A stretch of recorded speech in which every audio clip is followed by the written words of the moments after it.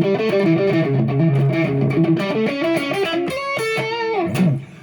my friends, welcome to the video. Today we are looking at making that 12 bar blues, and especially the first chord of it, a little bit more interesting and stepping it up from just our regular box blues pattern shape. So if you're playing that pattern, that blues pattern over the whole 12 bar and you're looking for a way to escape it and make it more interesting, this video is just for you.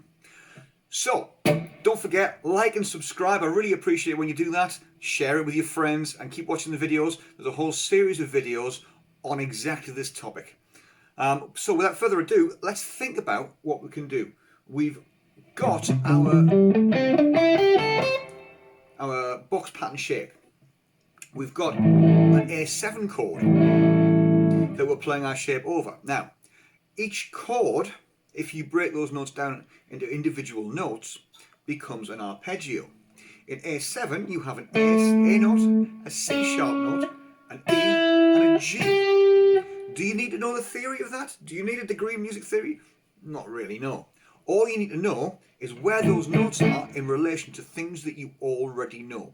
So what we're going to do is we're going to look at the arpeggio, and if you play the arpeggio over the chord, it's really, really, really strong, and it's strong every time you do it, and it sounds a little bit more sophisticated than banging that box pattern over it every time. Okay, so it's giving you another choice, and what I'm not saying to you is abandon anything that you already know. Don't, just add to it. So if we're going to add that arpeggio, all we've got to think about is changing a couple of notes and ditching a couple of notes. So we're going to start with what we already know. We already know that we've got that box pattern shape. And a lot of those notes are still good. We can keep them. There's nothing wrong with them. And they are part of the arpeggio. So let's start with them. Let's start with the first note there, high note. On the first string, 5th fret, that's an A. We're going to keep that, that's fine. Just keep using it. That's part of the arpeggio. The next string down, 5th fret on the 2nd string. Yes, we're going to keep that.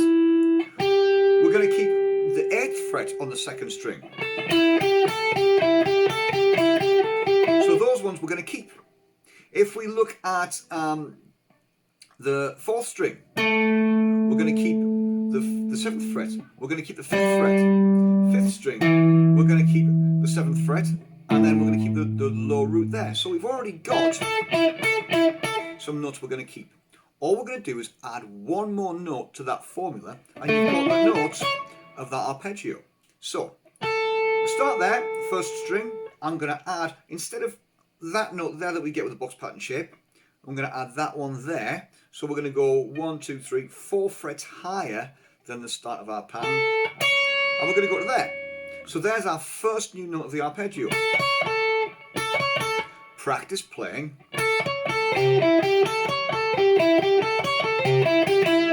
that. You've got the first two strings. Okay, dead easy. The next string, well, we're going to abandon both of the notes we play in the box pattern, and we're going to swap them for that note there on the 6th string. So we've got the 3rd string, 6th fret. So far, okay, we've got that. The 4th string is as normal, those two notes there. So far we've got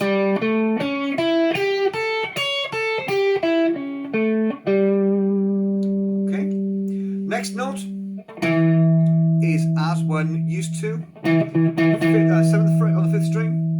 Then we're going to go down to the 4th fret for a C sharp. That's a different note, but it's the only different note on that string. And then we've got the root there on the 5th fret, 6th string. So root that we know already from that, yeah.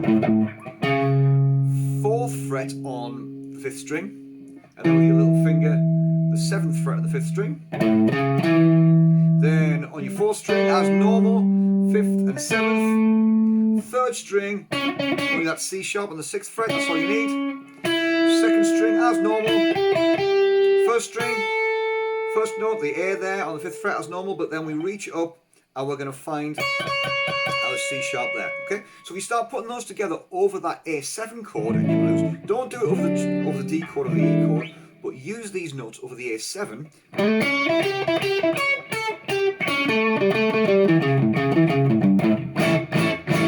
start to get that stronger.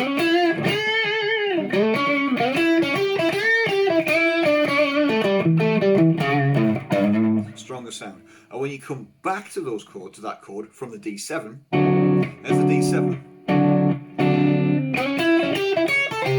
You can really emphasize that chord and it sounds great. So practice that for a bit. Let me know how you get on. Don't forget, don't be frightened to comment. Please like and subscribe. And we'll see you in the next video. Oh, and don't forget, don't throw away the things that you already know. So keep playing that box pattern shape. That's your go-to, that's your basics. After that, you can start to add